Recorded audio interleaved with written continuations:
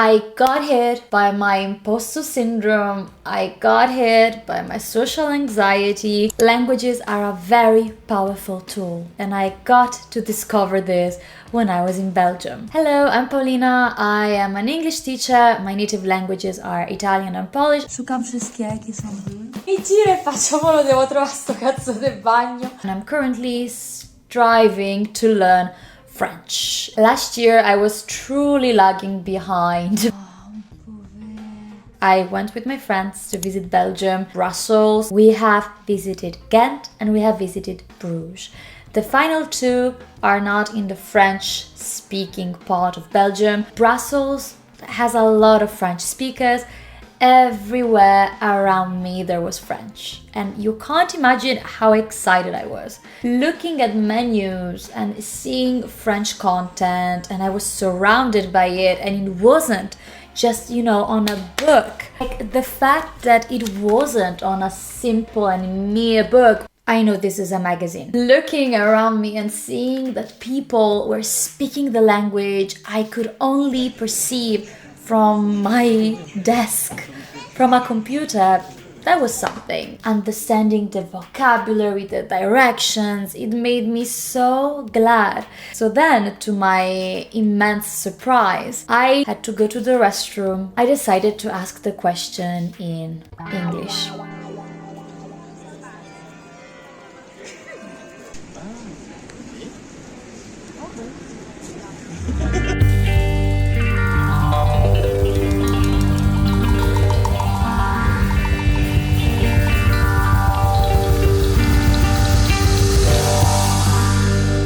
I was so disappointed, and you might say, oh, that's not a big deal. English is my anchor. It's something that I know. It's something that I know I can rely on. But I really wanted to try and speak in French. But in that moment, I just chickened out. I then decided to take a leap of faith and ask the question in French.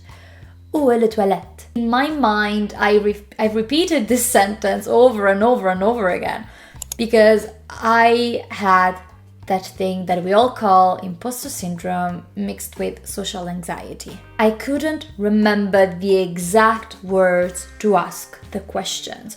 Où est la toilette?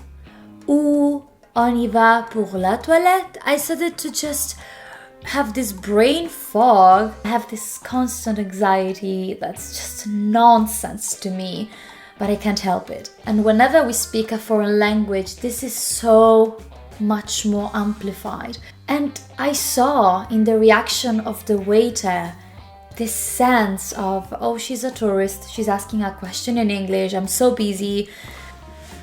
Sorry, could I ask a question? Oh, oui, one moment. Je suis désolée. Où est la toilette? I was rambling. I tried to say something like that. Oh, oui, c'est là-bas. And she started to speak so fast. I just said, pardon, pouvez-vous répéter, s'il vous plaît? Où est la toilette? And I was so confused. But you know what? The smile. There was a smile. When I asked the question in French, there was a smile. And then I looked, because she also with body language started to show that it was at the end of the hall. And you know what? At that point I said, that's why I'm studying the language. I'm studying the language despite my social anxiety, despite all my fears. I've managed to communicate with her. There's also the stereotype that people who speak French, I didn't expect this to happen in Belgium, but it happened there, so that's my experience. She was so much more polite and happy and glad to answer. Probably she's surrounded by people who speak English all the time because they're all tourists. That was an area dense with tourists. Even a simple s'il vous plaît, even a simple merci, even a simple bonjour, bonsoir, au revoir. I saw people, just their facial expressions changed. I saw their approach was different. And this happens to me when people know I'm Polish and they say, oh, cześć. This also happens to me and I don't even realize it. We also went with my friends to a bar and we started to ask and speak in English. But then I had to go to the restroom again. The girls thought I was a new customer, so they started to speak in French. And I said, oh no, no, je suis à la table. At some point I forgot English because I was so nervous. But they said, oh, oui, oui, oui. We were all very happy. Che bello.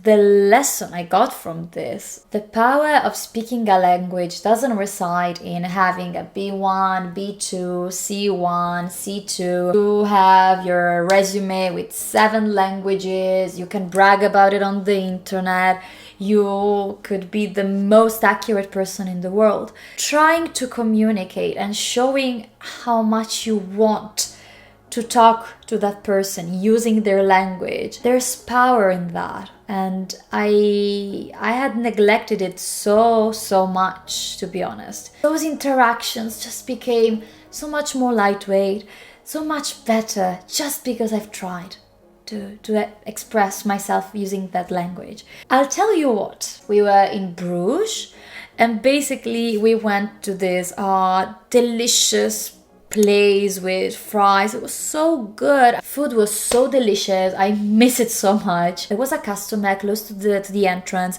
He held the door for us because I had my hands full and my friends as well. So we had our hands full, so we couldn't open and keep the door open. And basically this guy held the door and then I said merci and he said de nada. At which point I said gracias and their entire table lit up. It's that simple. I mean, nothing huge, nothing majestic, but eventually, if I think about it, that's what I'm studying. That's what I'm dedicating my time to. And nobody cares if I don't know about the passé composé or if I, by mistake, forget some vocabulary. If you're a perfectionist, if you have social anxiety, that's something that happened to me over and over in the past. This happened to me with English as well.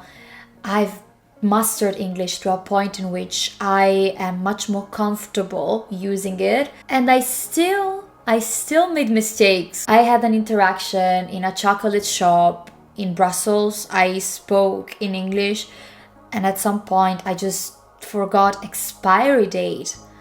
I forgot how to say basic stuff. It wasn't a knowledge gap. I wasn't missing the vocabulary. You know, social anxiety, stress, fear, judging yourself, all these feelings have an impact on your performance.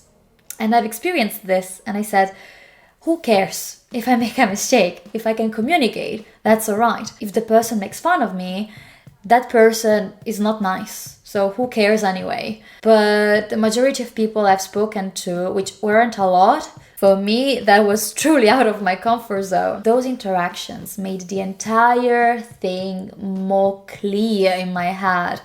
And now I know how much I care about the language. I want to be agile and have that dexterity in the language that makes me feel comfortable but makes others feel comfortable.